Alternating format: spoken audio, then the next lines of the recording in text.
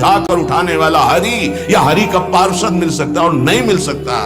तुमसे मित्रता करके तुम्हारी वासनाओं को बढ़ाकर तुम्हारे चित्त को विक्षेप में भर देना। यदि आप हमारी श्री जी से जुड़े हैं तो आज्ञा पर ध्यान दीजिए। अगर आज्ञा पर ध्यान नहीं देते तो माया तुम पर ध्यान रख देगी। कि आप लोग इतने बलवान बनिए कि आक्रमण कब हो जाए, कहां किस वासना का, आप उससे लड़ना जाने। आपके अंदर युक्तियां होनी चाहिए। ये झांसे में मत पड़ो माया के, ये खा लो, ये पी लो, ये सो लो, ऐसा गद्दा, ऐसी कंबल, ऐसा स्वेटर। तो विश्व ब्रह्मांड में कोई विकार नहीं है कि तुम्हारे को गिरा सके। तुम्हारी पार्षद हो, प्रियाजू के शरणागत हो। चाहे गृहस्थ मार्ग से परमार्थ में चले, चाहे विरक्त मार्ग से चले, दोनों के लिए वही भगवत प्राप्ति है। चाहे गृहस्थ हो या विरक्त हो, तुम्हें जो दिनचर्या मिली है, ये दुर्वासनाओं का नाश करने के लिए श्री कृष्ण ने कृपा करके दी है गुरुजनों के द्वारा। इसको खिलवाड़ न समझो। प्रभु का प्रिय, गुरु का प्रिय वही होता है जो दिनचर्या में मिनट भर विलंब नहीं करता। ये गुरु कृपा है कि आपको डांट लगती है, आपको वचन सुनने को मिलते हैं, आप उसको स्वीकार कीजिए। ये मन की, ये दुर्वासना की वृत्ति को हटाइए। सुविधा भोगी बनने वाला कभी सच्चिदानंद का साक्षात्कार नहीं कर सकता। जानबूझ करके सुविधाओं का त्याग होता है। सुविधाओं में रहते हुए और परमात्मा प्राप्ति की विकलता प्रकट की जाती है। प्रार्थना मान लीजिए। तपलोक और महालोक, जनलोक में सब सिद्ध जन निवास कर रहे हैं, जो सृष्टि में प्रकट होते हैं और सृष्टि के बाद लय होते हैं। उनको एक बात का दुख पाया गया, संतों को, कि इस महान मानव देह में आकर के भी तुम भगवत प्राप्ति से वंचित हो। तुम्हें नींद कैसी ऐसी आ जाती है कि तुम्हारा भजन, तुम्हारी दिनचर्या, तुम्हारा साधन पथ रुक रहा है और तुम्हें चैन से सोना आ रहा है। तुम उपासक हो। ये जीवन हमारा प्रभु के लिए अगर नहीं समझ पा रहे हो तो आखिरी बात समझ लो, कोई समझाने वाला तुम्हें नहीं है। कोई समझाने वाला नहीं, सिर्फ तुम्हें बर्बाद करने वाला मिल सकता है। समझा कर उठाने वाला हरि या हरि का पार्षद मिल सकता और नहीं मिल सकता। तुमसे मित्रता करके तुम्हारी वासनाओं को बढ़ाकर तुम्हारे चित्त को विक्षेप में भर देना, ये संसार के हर व्यक्ति, वस्तु, स्थान का प्रभाव है। तुम्हार सेवक असुरारी दो ही केवल बचा सकते हैं, भगवान और भगवान के भक्त। उनकी हर चेष्टा तुम्हारे चित्त को भगवदाकार बनाने के लिए है। कृष्ण कृपा का सीधा फल है साधु संग। फिर प्रार्थना करता हूं सब उपासक उपासिकाओं से, गृहस्थ विरक्तों से, यदि आप हमारी श्री जी से जुड़े हैं तो आज्ञा पर ध्यान दीजिए। अगर आज्ञा पर ध्यान नहीं देते तो माया तुम पर ध्यान रख देगी। और उसके ध्यान रखने का मतलब है बैठे बैठे जलोगे, जैसे अंगार पर जला जाता है, ऐसे जलोगे। दुर्वासना तुम्हें जला देगी, तुम्हें पता नहीं है। जब अपनी जीवनी शक्ति प्रभु की तरफ लगती है तो हरि गुरु को शीतलता प्राप्त होती है, वो प्रसन्न होते हैं। जब अपनापन करके तुम्हारी जीवनी शक्ति व्यर्थ नष्ट होती है तब जलन होती है उस अपनेपन के कारण कि तुम समझ नहीं पा रहे हो। ये आज का अभ्यास तुम्हारे लिए कल काल बन जाएगा। गलत अभ्यास तुम्हारे लिए कल ये प्रमाद बन जाएगा। प्रमाद ही मृत्यु है, शास्त्रों में वर्णन है। जो अप्रमादी है, प्रमाद रहित है, वही भगवत तत्व को, जो भगवत तत्व को प्राप्त कर लेता वही निर्विकार स्थिति में परमानंद में डूबता है। मानो हम लड़खड़ा रहे हैं लेकिन चल रहे हैं अपने रास्ते पे। अगर हम अपनी इच्छाओं का मर्दन नहीं कर सके, अपने गुरु की आज्ञा पर नहीं चल सके, अपने शास्त्र आज्ञा पर नहीं चल सके, तो मुझे लगता है कि आगे चल करके आपका जीवन बड़ा संकटपूर्ण रहेगा। संकटपूर्ण, ये विकार आपको रौंद देंगे। इसीलिए विचलित होते हैं कि आप लोग इतने बलवान बनिए कि आक्रमण कब हो जाए, कहां किस वासना का, आप उससे लड़ना जाने। आपके अंदर युक्तियां होनी चाहिए। आप हमारे भगवत पार्षद हैं, श्री जी के जन हैं, आपके अंदर युक्ति होनी चाहिए। गुरु की प्रगट उपस्थिति में युक्तियों की, कलाओं की आपके अंदर वृत्तियां जानी चाहिए कि कभी किसी विकार का आक्रमण हो तो कैसे बचा जाता है, कैसे हमारे को इस माया पर विजय प्राप्त करना है, कैसे विषम परिस्थितियों में अपने चित्त को डूबने ना पाए बचाया जाए। यह संतों से सीखा जाता है।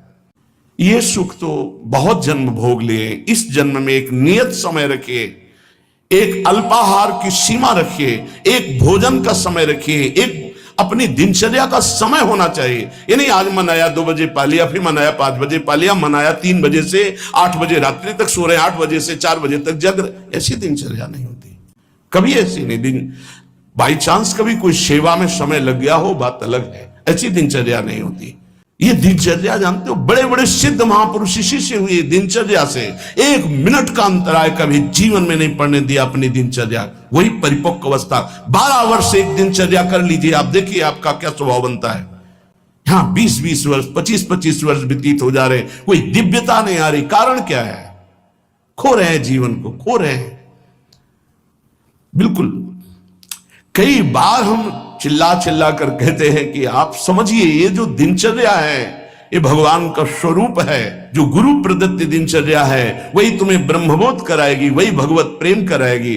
नहीं, ये वासना बहुत बलवान है, पता नहीं चलता कि हम निर्वासनिक हो गए कि वासना युक्त है। प्रारब्ध से वासना भोग उपस्थित कर सकती, क्रिया नहीं।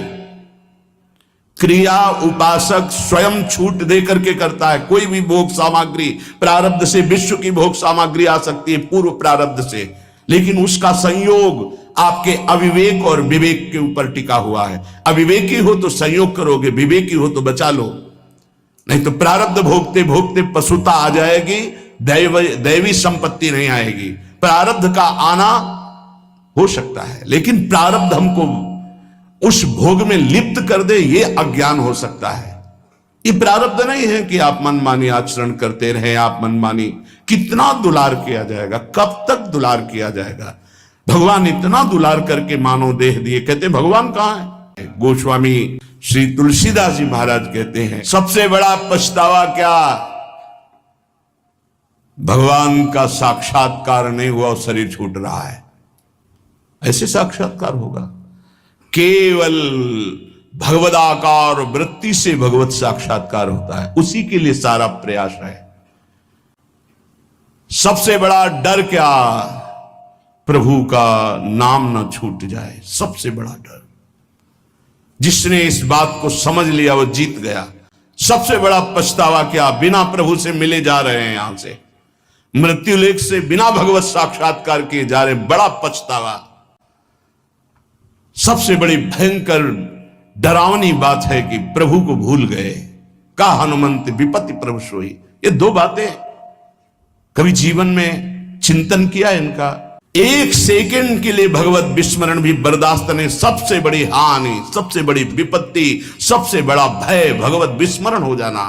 और बड़ा पछतावा कि जा रहे हैं लेकिन प्रभु से आंख नहीं मिला पाए, जीवन व्यर्थ चला गया। सबसे बड़ा मन पचित ही है, अवसर बीते। जानते भी नहीं हो कि पुत्र कौन बना है, पुत्री कौन बना है, पत्नी कौन बना है, पति कौन बना है। ये बस 40, 50, 60 वर्ष का संयोग, इसके बाद कितना है 40, 50, 60 वर्ष।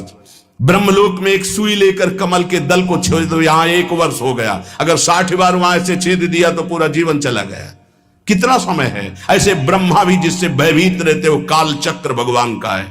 ऐसे भगवान की प्राप्ति नहीं की तो भटकते रहोगे अनंत योनियों में। रोज आयु छीण हो रही है, लोग जन्मदिन मना रहे हैं, आज बर्थडे, तुम्हें पता नहीं 365 दिन मिट्टी में मिल गए।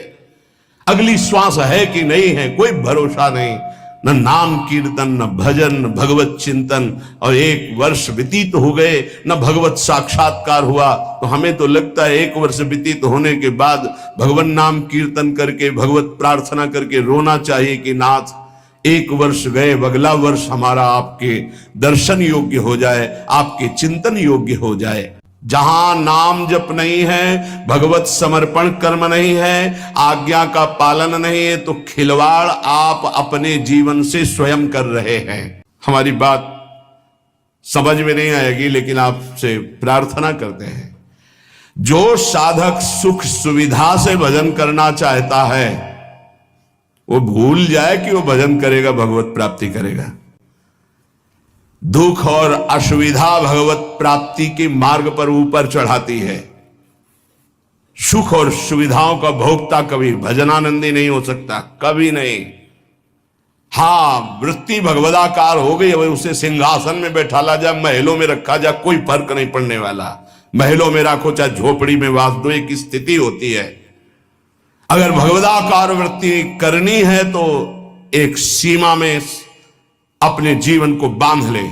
इतना आहार, ऐसे शयन, ऐसे अपने जीवन को बांध। विश्व में किसी भोगों की कमी नहीं है। जब तक भगवदाकार वृत्ति न हो तब